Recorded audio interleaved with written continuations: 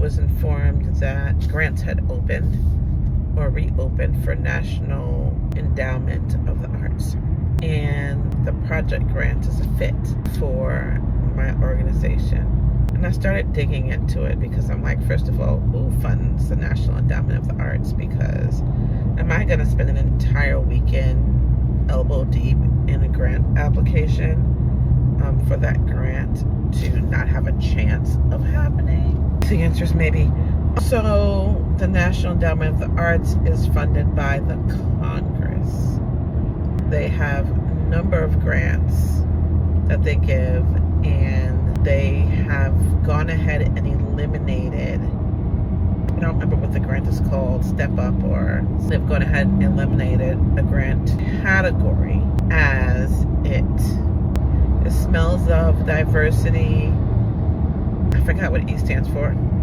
Equity. It smells of diversity, equity, and inclusion.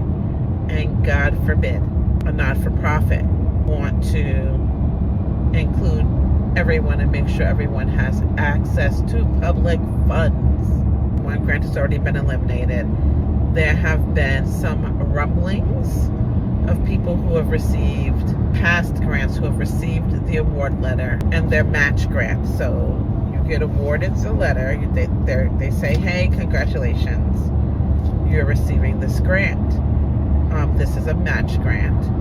So go ahead and spend the money, and we will reimburse you for half of that amount. So basically, for every dollar you spend, they'll match it. So you spend the money in advance, and they reimburse you for half of that amount. That's how match grants work. Could you imagine if I won a grant for $50,000, went ahead and spent the $100,000? Pretty much putting myself in a financial bind to do so, under the promise that I had won a grant, and once I submitted my receipts, that $25,000 would come back to me, and it didn't happen. Sounds like they're purposely shutting down not-for-profit organizations. But these grants that are not funding right now are from past recipients who have been awarded the grant, promised the money, and now the government's pulling those grants because of diversity, equity, and inclusion. And also, they're making the NEA remove a line item on their grants where people promise to be inclusive of trans people. I don't know. As a black person, whenever I hear someone target a people group, always subconsciously insert black there and ask myself how I would feel. And I wouldn't feel good, regardless of who the people are, right? So there's a grant that I feel like I can qualify for. It is a grant that would serve my organization greatly. It's for arts projects, so it would pay for my students' theater endeavors in the next year. Rent space rental, costumes, etc. Right? But the fear is, if I put 2 solid days worth of work into it, I could just be colossally wasting my time. Or if I put 2 solid days of work into it and get the letter that says I have been awarded the grant, get the green light to go ahead and spend the money, and then not get reimbursement, that would do serious damage to my organization. I feel like that time would be better spent writing private companies and organizations to see if they would sponsor or grant my organization, because anything being awarded through the national anything is a gamble, or as my business partner calls them, Schrodinger's grants. Is it there or isn't it there? Do you know what I mean? It's philosophy term. And I know what to do.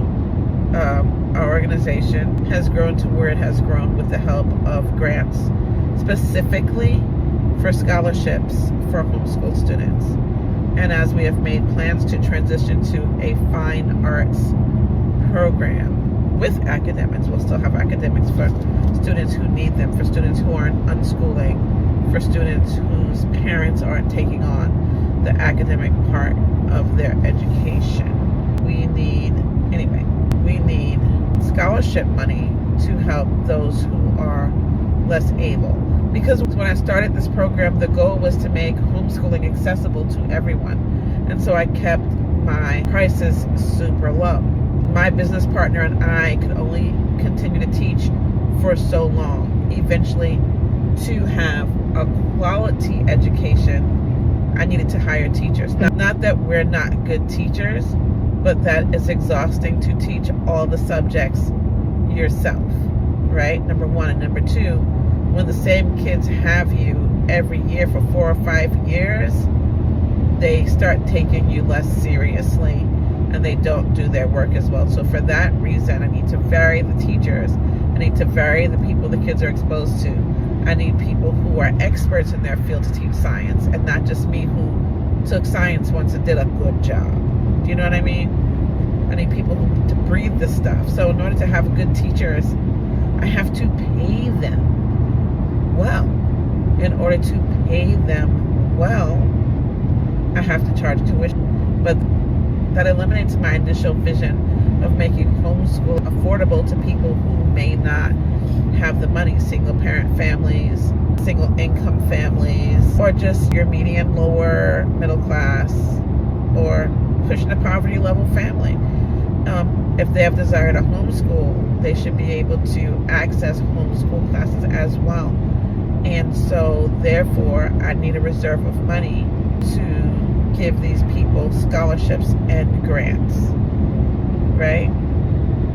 And all signs pointed to that wouldn't be a problem. And now all signs are pointing to, yikes, we won't be getting any federal money, that's for sure.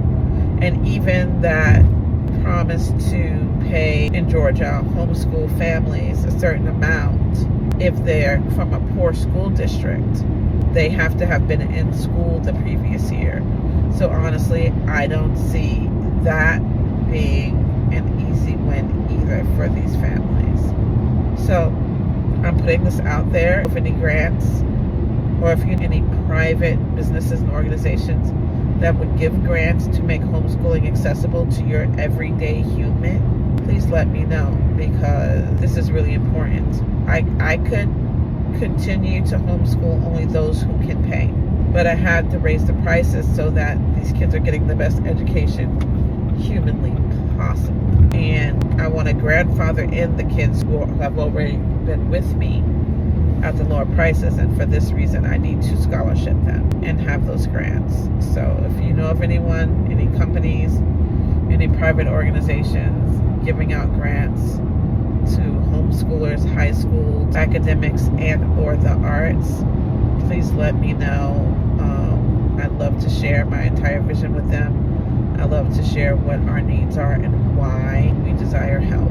I'd love to share my vision for what I feel like is an academic utopia that one day we can reach if we can continue to keep homeschooling going and homeschooling strong. And this is to take anything away from public school, but there are people who public schooling does not fit. For example, my kids. It just wasn't a good social, emotional fit for my kids. And so I had to take them out. And there are many parents who feel this way. So that's all I have to say. Until next time.